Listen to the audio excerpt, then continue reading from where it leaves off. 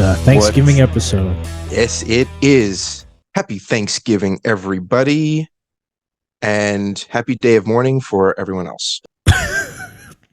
Okay.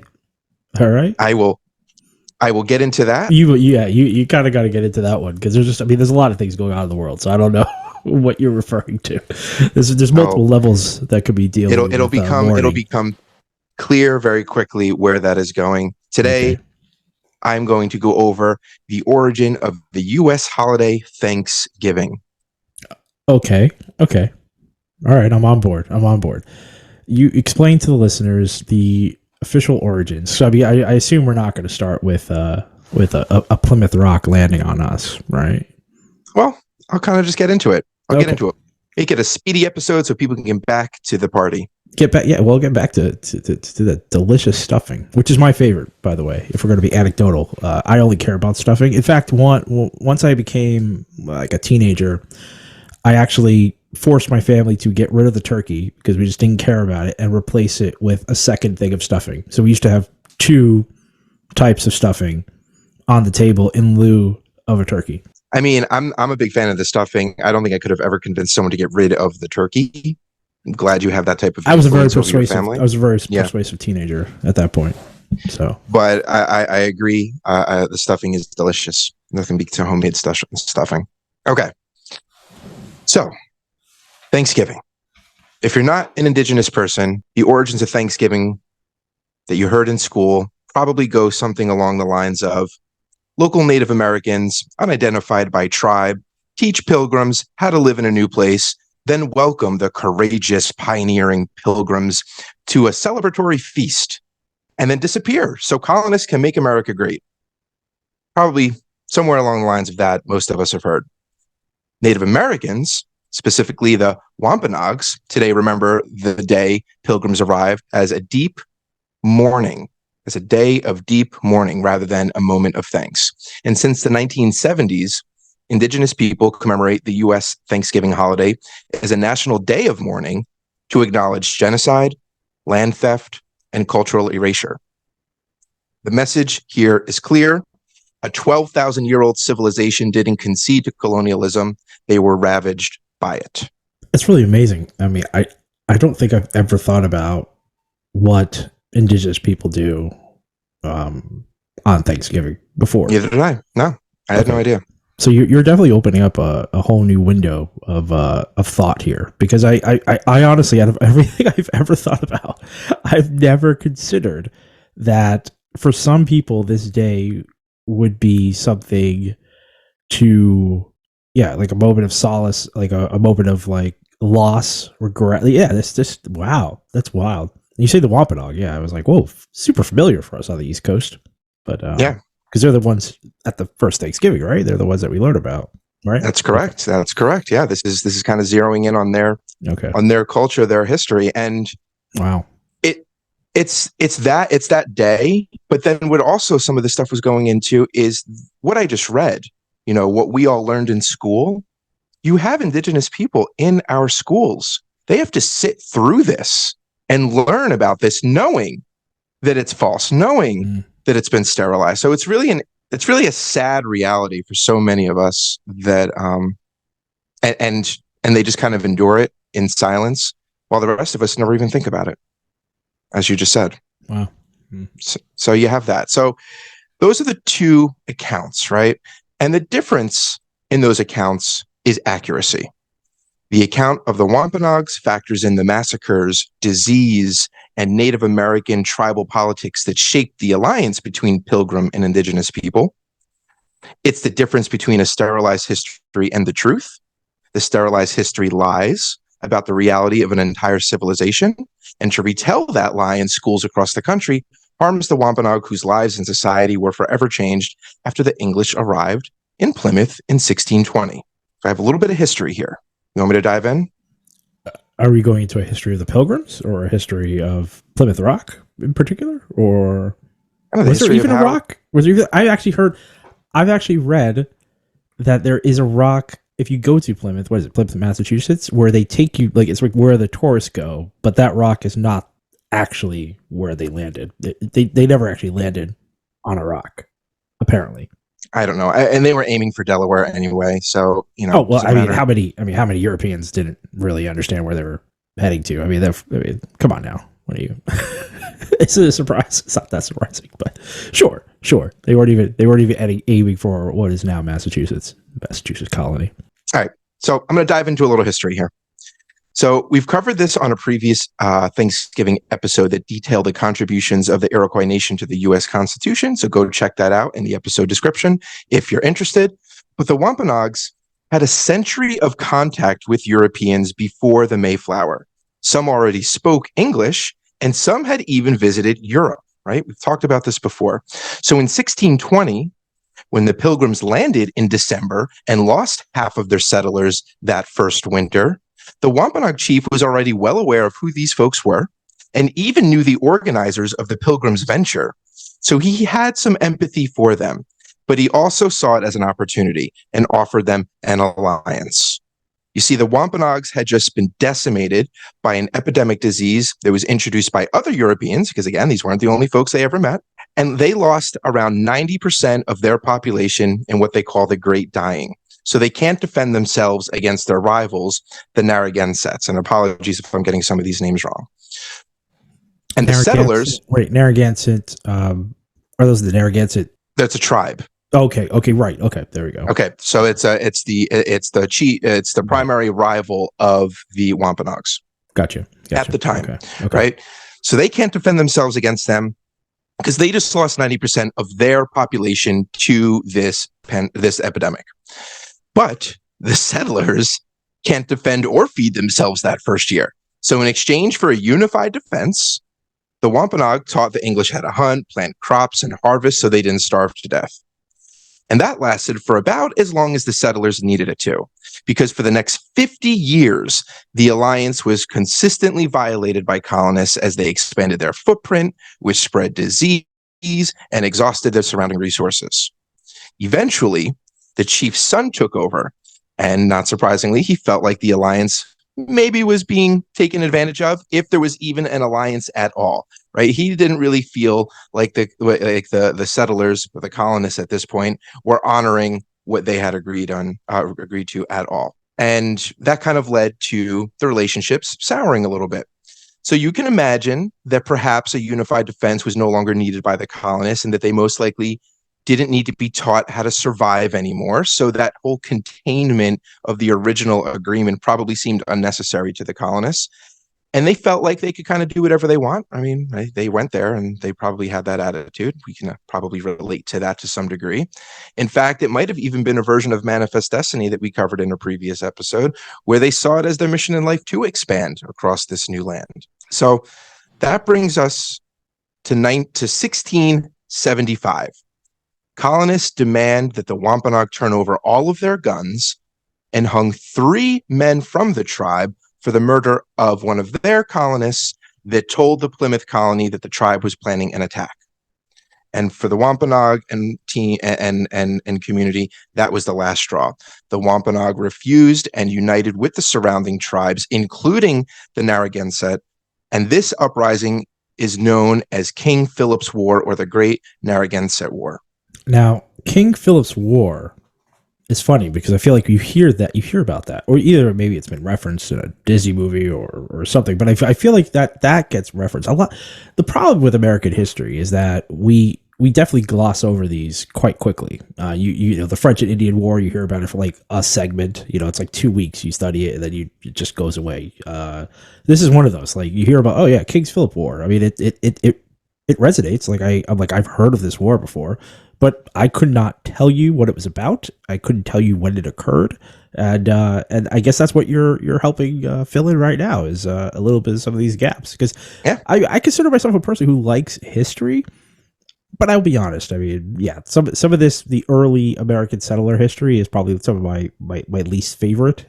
To me, it usually feels a little dry, but it's only dry probably because of the way that we talk about it, where we're not talking about it from the vantage point of the people that are actually being abused. It seems dry if you're just talking about a bunch of pilgrims that are seeking religious a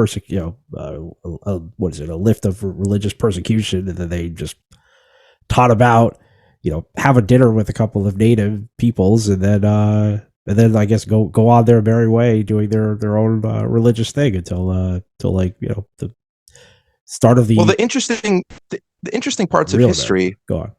Yeah, but the interesting parts of history, and it's maybe a sad statement. It would be great if they were amazing achievements. That does happen, and those are things that we celebrate. But generally, the things that humans are drawn to about history is the violence, is the war, is the conquering. Right? Those are the things that get documented, especially by the winners.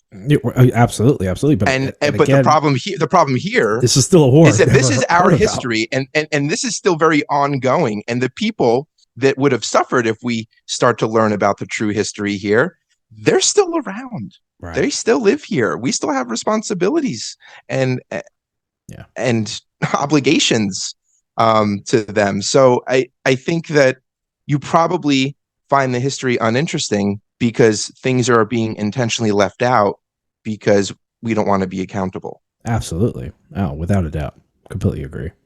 So another interesting fact about King Philip's War, because I certainly didn't know this, maybe you did, is that Philip is actually the name that the Europeans call the chief.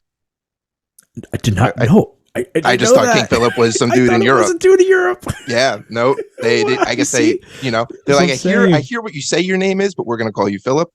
And they call him King Philip, and that's King Philip's War. Isn't that crazy? Wow. Yeah, no, I had no idea. I if someone had asked me just to venture a guess, I would have said, I don't know, some sort of monarch in Europe decided to claim something and decided that there was a war for it, but never in a million years would I have thought that King Philip was one of the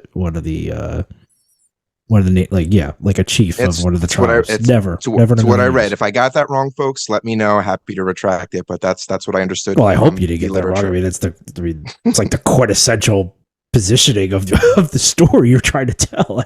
I hope you're right here. I'm pretty sure I'm right. Okay. All right. But when something is so shocking, you do feel a little bit of doubt. Oh, absolutely. So, no, without a doubt. Yeah. All right. So the war. King Philip's War. This is the uprising. This is the Native Americans saying with one voice, no. And for the next 14 months, colonists burned villages and thousands of indigenous people were killed and sold into slavery, including women and children.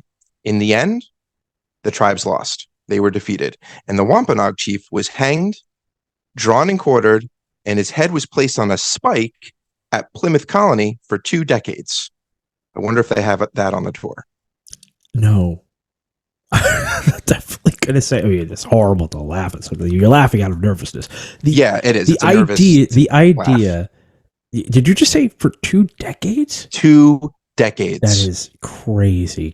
I mean, the only thing I can think of happened, that popped into my head was the city of Munster in Germany. Yeah. Do you remember I showed you that one time, the cages that they had hanging for the people that they put there, and the cages are still there today? I mean, they don't have the rotting dead corpses in there, but I think they kept those in there for a long time. But that's the only thing that I could be like, okay, like there's another human behavior that does something horrific. But can you imagine head on a spike for 2 decades? That's crazy. I mean, what a statement to the surrounding, the remnants or the leftover, the people who basically survive. I mean, Jesus, you have to watch that. I mean, can't even imagine having to live with that kind of, open humiliation.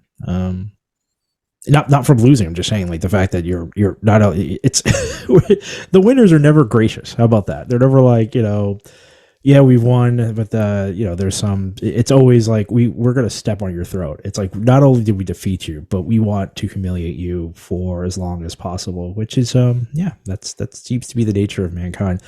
I do feel like there is a question to be asked here. The Pilgrims, they're never. And this is what I think is really funny. Are they still Pilgrims at this point? Like, or were they still considered the Pilgrims? Like, was this their religious doctrine? They're still Pilgrims, or is this like more Europeans have come over and like expanded the colony, or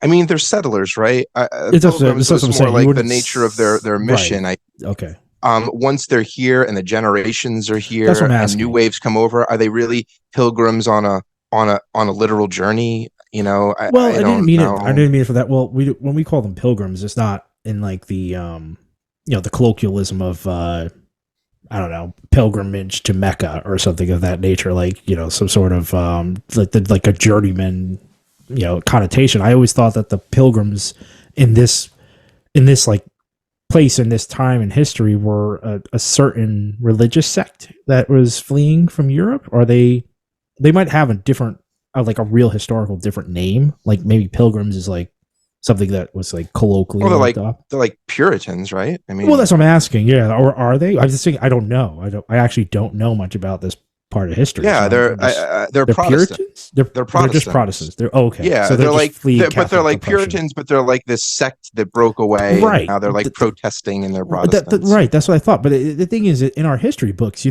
don't think there's ever a point. And here, we're older. I hope maybe today kids are learning something a little different. But they're definitely never depicted as being particularly violent in any way, shape, or form. I mean, that it's No. always looked at as some sort of like peaceful religious exodus because Except for those witch hunts. The witch no, hunts well, I didn't mean, do him any yeah, favors. well, those were Salem were, yeah, I guess you're right. Those are Puritans too. But yeah, I mean, there is violence later, but I'm just saying in this period, like no one puts the Pilgrims as like a warring faction or someone who is I mean, willing that's to have not. a I mean, I war, could right? see that, but they were at war with the Native Americans. Like they. Well, that's what, yeah. I mean, that's what we know today. I mean, that's the So, true history of it. I'm just saying that when we do the but I'm saying like Thanksgiving Day you could parade, shatter it instantly just with logic and say, well, if they had a unified defense with the Wampanoag against the Wampanoag's chief rivals, clearly yeah, they were a violent people because they would have had to yeah, been they would at have had to war with the engage. rivals. Yeah, it's just not. I'm just saying, like, even in the imagery, even in the cartoon imagery, in the illustrations, I mean, they're always depicted as these guys with like white long like stockings and like The buckle on their the hats puckle on the and hats. I mean, they're yeah, never depicted as people who are like picking up guns and going to war. That's what they're up depicted as soldiers. They're depicted as yeah, like I said, like almost like in a pacifist type of yeah, like of a painting, like I feel like they're yeah. always painted as like you would assume. I think if you asked your average American, hey, were the Pilgrims pacifists, without giving any kind of historical context or talking about anything else, just in like the knee jerk because of the way our education system is framed, I think most Americans, who obviously not as long as you're not a native person, most yeah, like I get, yeah, other Americans might just say, yeah, oh yeah, like without thinking, they'll just be like, oh, of course the Pilgrims were pacifists. I mean, they were all about peace. I mean, that's why they sat down to enjoy that meal Yeah, with these well, people that they had just met. we'll get into the Yeah, myths of it I'm all. just saying that's wild. You're absolutely right. Yeah, Yeah, it's a good call out. I mean, that's kind of what the point of this episode is to Mm. deconstruct our modern tradition to understand what's real, what isn't, and where it came from and why. Let us continue down this journey. So this just happened, right? There, the uprising is quelled. It's put down. Leaders are punished. We just went over that. And this war forever shifts the balance in the region from in power in favor of the colonists. And it's this deterioration of relationships, this brutal war, and the Wampanoags' reality of adaptation and survival over the past 400 years since that aren't covered by the Thanksgiving myth. But you might be asking yourself, hey, did I hear anything about a dinner in that story? No, you did not. Now, there's an argument that one feast of note in the fall of 1621 might have been to celebrate the first harvest after the Pilgrims arrived, right? There's like evidence of that. right. But That's what I thought was the meal that is traditionally used as the wellspring of the myth of mhm, Thanksgiving. Yeah, is that yeah, meal in particular? Yeah. that specific meal, but nothing of substance or context from that meal made its way to modern traditions because there's nothing really to tell. We know about it from a brief mention in a letter. I'll read you everything written by English colonist Edward Winslow that is the sole reference to a feast that our entire holiday is based on. So you can see how it's been dramatized and politicized as time has gone on. And I quote, our harvest being gotten in, our governor sent 4 men on fowling, so that we might after have a special manner rejoice together after we had gathered the fruits of our labor. They 4 in one day killed as much fowl and with a little help beside, served the company almost a week. At which time, amongst other recreations, we exercised our arms. many of the Indians coming amongst us, and amongst the rest of their great king Massasoit, with some 90 men, whom for 3 days we entertained and feasted. And they went out and killed 5 deer, which they brought to the plantation and bestowed on our governor and upon the captain and others. So it's a really clunky thing to read. It's a really clunky thing to absorb in modern day. But after looking at this, you will notice that it's just an obscure event that was briefly mentioned in a letter. It wasn't a grand plan. It wasn't a tradition. It wasn't a Thanksgiving, and it wasn't repeated. It was a one-time event that just had that one paragraph to describe it. It didn't acknowledge any specific celebration or reason to take note other than the harvest was in and there was plenty of food to go around. Yeah. And it's not like this event like swept through the settlements and became a holiday of the era. Well, I don't think it did either. I mean, it's not taught that way. I want to be fair. We can be critical of our system, but the system did not teach it as something that was reoccurring. It is taught as a one-off thing, usually at the end of the first year that the Pilgrims had arrived and where they were starving, and then it was like the unification, like you said, of which I guess in our way we're taught about it, especially because you're usually taught about Thanksgiving when you're quite young. You're taught about it as something that helped save the Pilgrims' lives. Otherwise, they would have perished. In reality, what we're most likely celebrating is that treaty. We're celebrating an alliance between these people against the Narragansett with the Pilgrims. That's probably what the real Thanksgiving meaning happens to be. So you're right. The idea of a joint dinner is probably just like. But what you just said, like, you have to put that into context, because what you just said is like easy to gloss over and then categorize as something to celebrate in a sense. I mean, at best, the best that I can wrap my head around after reading all this stuff is that it is a diplomatic dinner. It is a diplomatic dinner between two new allies that are still feeling each other out. Right. These people live 30 miles from each other. It took 2 days to meet. So it was like, yeah, well, I mean, that's nothing. But I'm saying they're not like together all the time, right? These meetings aren't often. Right. And so they're still feeling each other out, and they can barely communicate with one another. So it would be like similar. This is where I took it. It'd be similar if you had world leaders meeting today, right? You just struck a treaty or an agreement, and they sit down and they have a dinner, and no one is creating holidays between trade partner agreements. Like, this wasn't anything of note. This was mentioned briefly in a letter. Yeah. And it wasn't a thing at the time. There's no contemporary sources echoing this.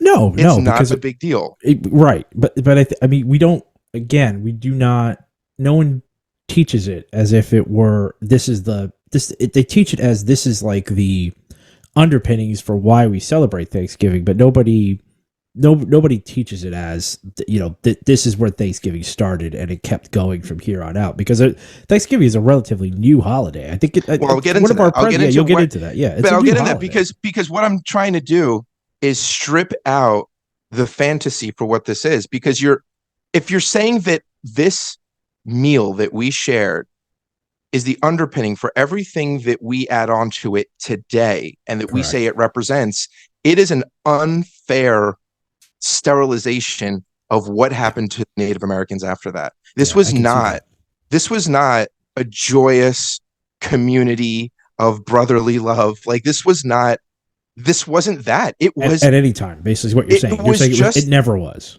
It never was. Right. It was always a tenuous alliance. A diplomatic meeting. These people hardly knew each other. They were in it for self-preservation, probably on both sides.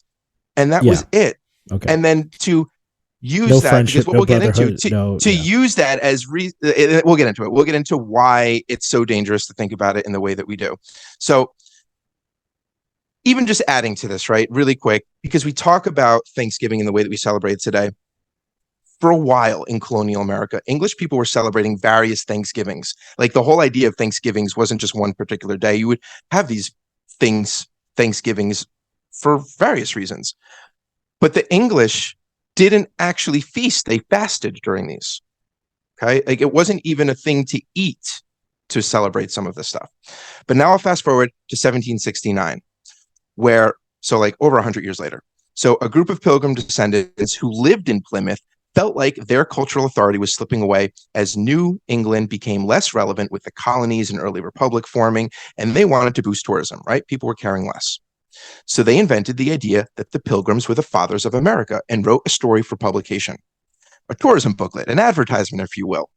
And in that story, the publication mentioned a dinner and, in a footnote, said, and I quote, "This was the first Thanksgiving, a great festival of New England," unquote.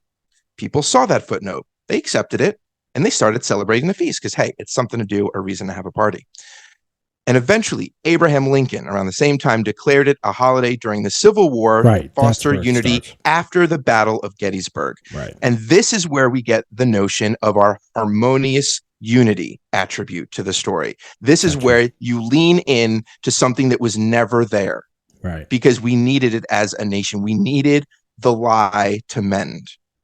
And right? that's how most myth, that idea. That's what most myth is. That, I mean, this is how most myths are created. But it's different from most myths because the impact is detrimental to people who still exist. Is that different from most myths? Well, in terms of myths that are being generated right now. Got you. I don't know about. I think we could go around the world and talk about that, but yeah, that's fair. That's fair.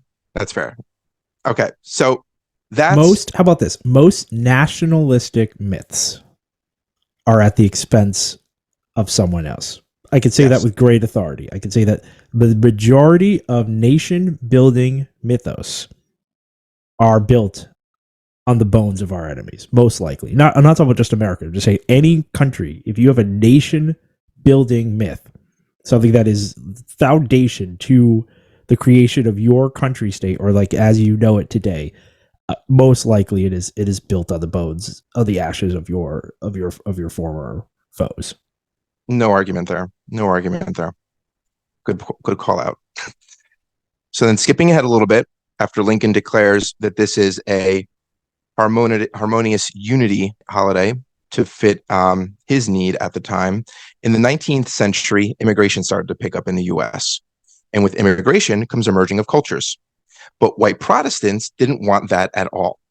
So they injected steroids into the Thanksgiving story and leaned heavily into the narrative that Native Americans gave the land to the Pilgrims, which emphasized a national founding, because we didn't have that founding myth, so to speak. So we needed that national founding and established Pilgrim culture as national culture. Right? The Puritan beliefs, the rigidness, the conservative nature of it all, that became the natural culture. And it worked. Yeah, it's what the nativists picked up, right? They were referred to, I think, as like referred to themselves as like nativists at that time. Is this what you're talking about mostly then? Yeah. I would. Yeah, I mean, I don't know all of the factions of that, so I can't speak, academically to that. But I think that that's probably playing into it. Anyone, if you've seen Gangs of New York. It's basically like a microcosm of sort of what we're talking about. I mean, and I think that's kind of the point, is that the story was warped several times to fit the needs of some powerful people or entities. But we're too in the dark to realize that. So again, we'll get to exactly why this is all detrimental. So you have all of that in terms of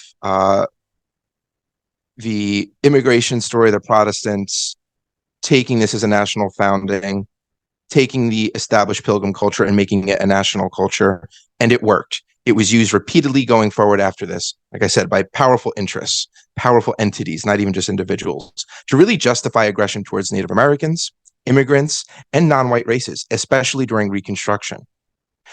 And why this was so effective was that it's because of what it did to the general public. It allowed people to sleep easy, knowing that the founding of the country originated in a bloodless colonialism and not the Indian Wars or slavery, right?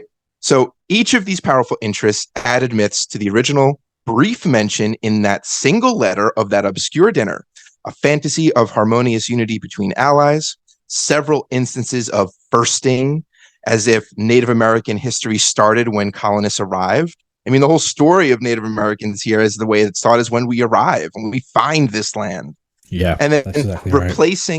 replacing Native culture with European superiority and bloodless submission to Europeans. These are all of the things that have been woven into this story when you start to really understand how it's being told and what's being said. So it's not that we can't have a Thanksgiving. Thanksgivings as a feast or dinner have been around as long as humans have had a harvest or something to celebrate.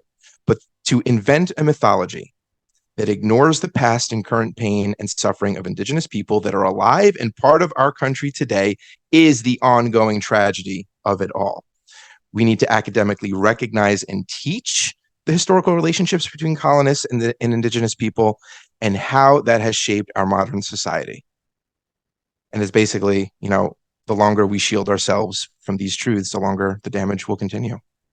So here's the thing. This was all. I mean, this is. I think you've positioned it very well.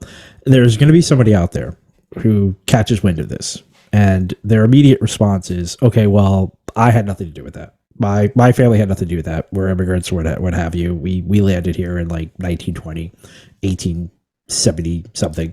It's 1870 something. You probably did have something to do with it. But so let's say 1940 something, 1950. Let's say you're most people are just saying, I don't want to have something besmirch this joyous holiday of me not celebrating some aspect of American history, but rather me celebrating the uniting of my family and friends and the giving and the sharing and all the goodness that comes. Have your Thanksgiving. That's what I'm trying to say. Like what? But that's what I said. But that's what I just said is you can still have your Thanksgiving, but in the beginning, what I had said is you cannot continue to retell the lie in schools. Have your Thanksgiving. Give your thanks to your family. Well, do that. But I guess what I'm trying to say is how do you, we have a battle right now going on, especially at the lower education level, like at your elementary schools. This is the argument that parents will come with. They'll say that. Are you? So I'm sorry. Yeah. Are you about to tell me that Americans can't find a way to celebrate on a day of mourning? Because I'm pretty sure we have Memorial Day weekend, which is used as a thing to white flag wave all the people who've survived the war, not necessarily. No, that's Veterans Day, right? Memorial Day is to honor those who have fallen. Dude, Memorial Day is like you come back from some sort of beach vacation. No, listen. I'm not saying that we are commemorating the holiday correctly, and that people don't even know the difference between Memorial and Veterans Day. But what I'm saying is the idea that someone cannot. They can't, because I'm letting you know they can't. Giving thanks to their family while also recognizing first of all, you need the hardships of Native Americans. Like, give most me likely a break. not. Well, no, I'm being realistic here. I'm saying that most people are not capable of doing that. So I mean, I guess would you say what if there were two separate holidays? One that was about just getting together with family and friends for the sake of doing so. And then let's say we change Thanksgiving to be something that is more about, similar to, Black History Month or I don't know, something like that. We change Thanksgiving to be something that is more about, learning about Indigenous people, learning about ways that, we can, as Americans, we can sort of make an unjust just if there is even a possibility of doing so. Like that's what I'm saying. Like that's fine. It's fine. But what's critical? All of that is fine. And maybe you'll agree when I say this. What's critical is that the truth is taught. I don't care what happens. It's almost like with humor, you find things less funny when you actually understand how it hurts, when you understand why something maybe is insensitive, right? You don't make fun of school shooting victims, right? Most people wouldn't laugh at a careless joke made about them because it's a tragedy and it's not funny. And maybe after learning about this stuff, shifting around the holidays while still keeping a day for Thanksgiving, adding or shifting or whatever you want to do, reformatting it may not be that big of a deal because now you've educated an entire generation on the truth. My thing is, we'll figure out the holidays. The truth needs to be taught. The truth cannot live and die within Indigenous peoples, cultures, and communities in like a closed circuit sort of way. Like the fact that I'm reading this stuff and I'm learning stuff for the first time is I mean, I could say it's appalling, but it's sad. It's like, why haven't I been taught this? Why didn't I know this? Why don't I know it now? Why am I having to find it out on my own? And to add, it's not even new information. This is stuff that's been handed down for generations with these people who have been afflicted by this, that suffer this today. So I just don't. Yeah, I don't know. Why not make the knowledge more broadly known? That's the thing. Nothing's really. I have not heard anything that's contesting this within like the No, there's nothing. discipline of history. The historians, there's no like contesting any of this. So why isn't it being taught? I mean, I know why, but like, why? I wish I could. All I was saying, all I was trying to do here was just to have you say exactly what you just said, because you need to flesh these things out, because the knee-jerk opinion. Look, we still fight over Columbus Day. The Italian American League is up in arms over the lessening of that holiday. They don't think that the one Italian American of particular note should be besmirched just because they happen to be a monstrous slave trader. That's what I'm kind of saying, though. And maybe, I don't know how it is with that, but are we focusing on the wrong part? Does the holiday come after? Does the education come first? If you go in hot and say, I'm changing this holiday, but no one really knows why, is that the cart before the horse? That's a good point. I actually think that's a really good point. That's a great point. Yeah, you're right. If you teach generations about Thanksgiving the proper way, sure. Again, but this is why I started to bring up the way that, but the people who have not been taught this, okay, who are just coming into it as, why are you taking away this holiday? I got it. Yeah, they're the ones who they're going to be the school board, the loud minority. Yeah, right? they're the loud minority. They're the ones who like to run for school board, whatever, and they're the ones who are burning the books, or saying that this book who teaches the proper way that Thanksgiving was went down is banned, and I prefer this book that just talks about turkeys and peaceful pilgrims. I don't have that's I don't have the answers. So I was like, no, how do we get past a valid that? How do you point. Get over that hurdle? I mean, tough. I mean, the realist in me is like, tough. Sorry that real pain is trumping your hurt emotions. I mean, I'm tempted to call them snowflakes. Like, are you kidding? Like, you don't want the fantasy blemished by reality.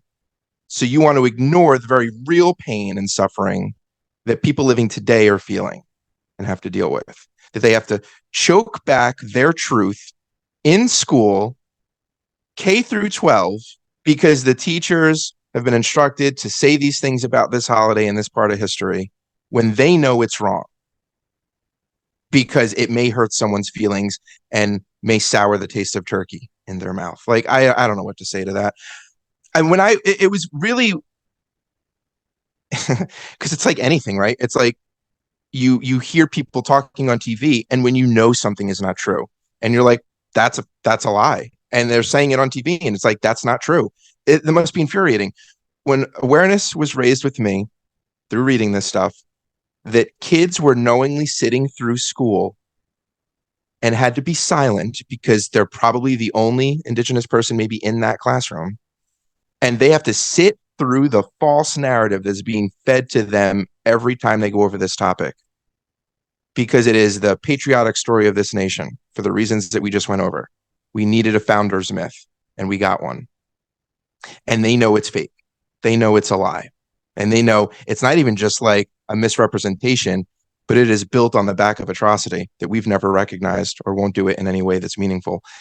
I cannot imagine being a student. I cannot be a student. I don't even want to soften it that way. I cannot imagine being a child and knowing that something was a lie, and you having to see kids learning the lie and repeating it and celebrating it.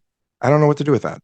I think that's a really good point. I think that's a really powerful, you're evoking a very powerful imagery with regard to that. So, I mean, I think that, I know, not think, I mean, the more people who talk about it, the more ubiquitous it becomes, and the more they the harder the calls for, having the president turkey apart, the president pardon a turkey be the main event of the holiday, along with a parade. That is, as you shift the consciousness, the things might change. That's what I'm saying. That's where you need to get to. We have things to give thanks for. We've made strides as a nation. We've done things. We're still things left to do, but there is plenty to celebrate in terms of giving thanks, especially in your own personal thing. But if you want to do a national holiday, there's plenty that we can celebrate. Like you said, I mean, the thing is that the idea of these Thanksgivings were ubiquitous. They happened all the time. It wasn't until they needed to be co-opted in order to satisfy a particular agenda that it started to become isolated at the expense of Native people. So I mean, again, the more you know about the history, the easier it will be to accept that, hey, maybe Thanksgiving doesn't have to happen on this one day. Maybe we can have 3 during the year, and everyone gets their day off to celebrate and hang out with friends and family. How cool would that be? There are different things that could come out of it. In fact, everyone could benefit out of it. Everyone has floating Thanksgivings, and whatever you're giving thanks for personally in your personal network, you can have your own Thanksgiving whenever you want. You get floating Thanksgiving. I do. Yeah. I think floating Thanksgivings would be fantastic. But I also do like the idea that everybody is off at the same time, because I think that